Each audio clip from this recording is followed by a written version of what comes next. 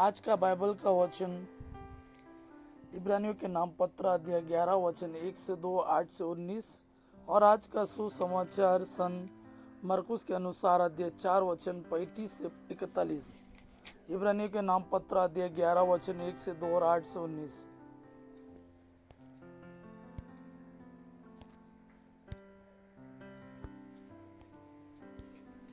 विश्वास उन बातों की स्थिर प्रतीक्षा है जिनके हम आशा करते हैं और उन वस्तुओं के अस्तित्व के विषय में दृढ़ धारणा है जिन्हें हम नहीं देखते। विश्वास के कारण हमारे पूर्वज ईश्वर के कृपा पात्र बने। विश्वास के कारण इब्राहिम ने ईश्वर का बुलावा स्वीकार किया और यह न जानते हुए भी कि वह कहाँ जा रहे हैं, उन्होंने उस देश के लिए प्रस्थान किया जिसका वह उत्तराधिकारी बनने वाले थे।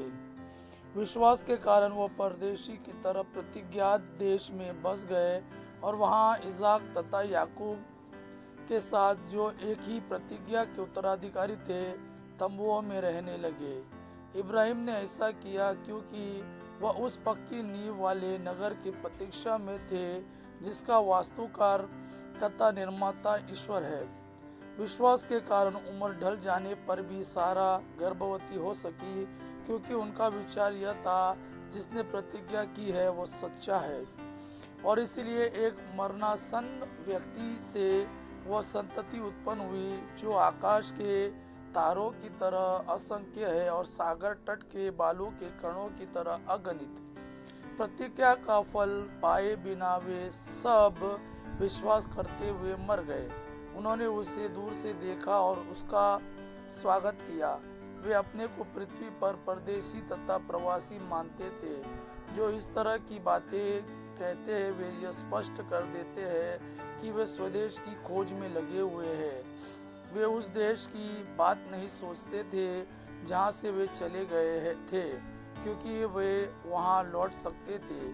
वे तो एक उत्तम स्वदेश अर्थात स्वर्ग की खोज में लगे हुए हैं। इसलिए ईश्वर को उन लोगों का ईश्वर कहलाने में लज्जा नहीं होती। उसने तो उनके लिए एक नगर का निर्माण किया है।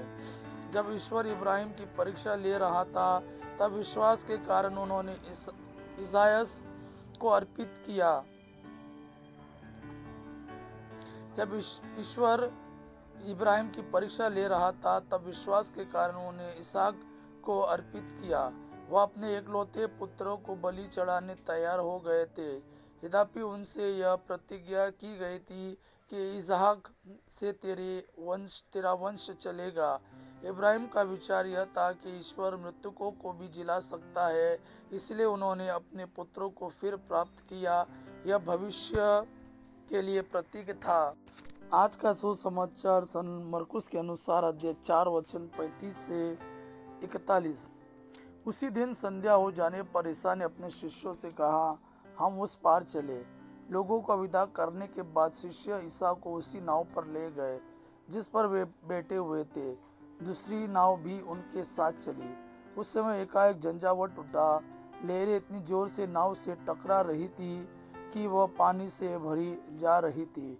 ईसा दुम्बाल में तकिया लगाए सो रहे थे। शिष्यों ने उन्हें जगा कर कहा, गुरुवर, हम डूब रहे हैं, क्या आपको इसकी कोई चिंता नहीं? वे जाग गए और उन्होंने वायु को डांटा और समुद्र से कहा, शांत हो, थम जा। वायु मंद हो गई और पूर्ण शांति छा गई। उन्होंने अपने शिष्यों से कहा, तुम लोग इस प्रकार क्यों डरते हो? क्या तुम्हें अब तक विश्वास नहीं है?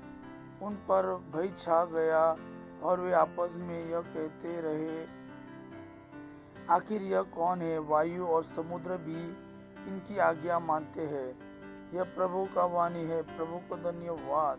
अब्बा पिता की महिमा और पुत्र यीशु का प्रेम आप पर सदा सर्वदा बना रहे। आमीन।